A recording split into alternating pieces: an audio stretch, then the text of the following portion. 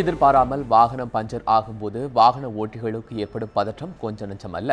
நள்ளிரவு நேரங்கள் என்றால் சொல்லவே வேண்டாம். அதுபோன்ற நேரங்களில் பஞ்சர் ஓட்ட யாராவது தயாராக இருந்தால் இன்றைய நீங்கள் உறங்கும் போது பகுதியில் இதனை தான் நாம் பார்க்க இருக்கிறோம்.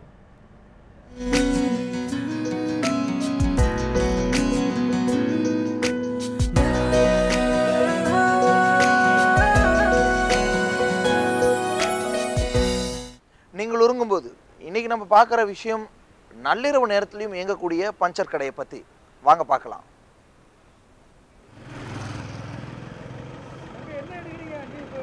இந்த நள்ளிரவிலும் வேலை செய்ய காத்திருக்கும் இவர் கிண்டி பகுதியில் பஞ்சர் கடை வைத்திருக்கும் சுதாகரன். அமைதியான நள்ளிரவு சூழலில் காத்திருக்கும் சமயத்தில் உறக்கம் தொலைக்க தொலைக்காட்சியை நாடுகிறார்.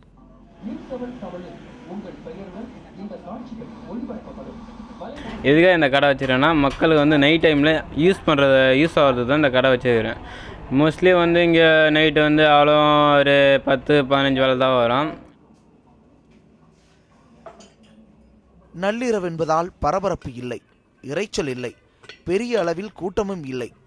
இருப்பினும் அவ்வப்போது சிலர் பஞ்சர் ஓட்ட வருகின்றனர்.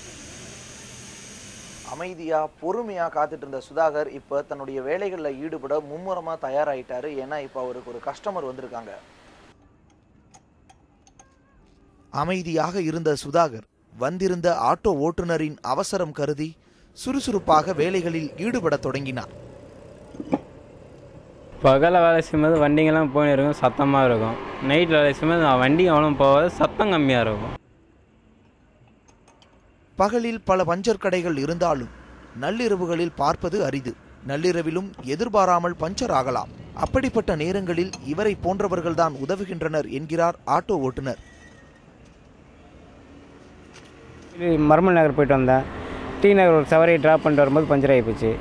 செப்டி இந்த மாட்டி வந்தால் சரி பஞ்சர் கடை இருக்குது, நம்ம போட்டு வச்சா காலைல சில சமயம் வந்துடும், நம்ம ரன்னிங்கில் இருந்தாலும் அப்படியே மறந்து போயிடுறோம். ஆனால் நைட்டில் வந்து இந்த இடத்துல கடை போட்டு வச்சா நம்மளுக்கு நல்லது இல்லை. இங்கு மட்டும் பஞ்சர் ஒட்டப்படுவதில்லை. பஞ்சராகி சாலைகளில் நகர இயலாமல் இருக்கும் வாகனங்களுக்கு அந்த பகுதிக்கே சென்று பஞ்சர் ஒட்டுகிறார் இவர்.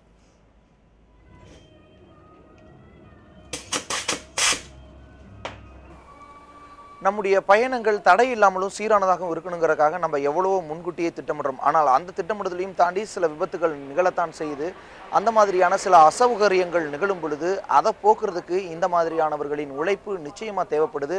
அந்த உழைப்பும் போற்றத்தக்கதே. துயில வெளிகளோடு தேவேந்திரன், நியூஸ் 7 தமிழ், சென்னை.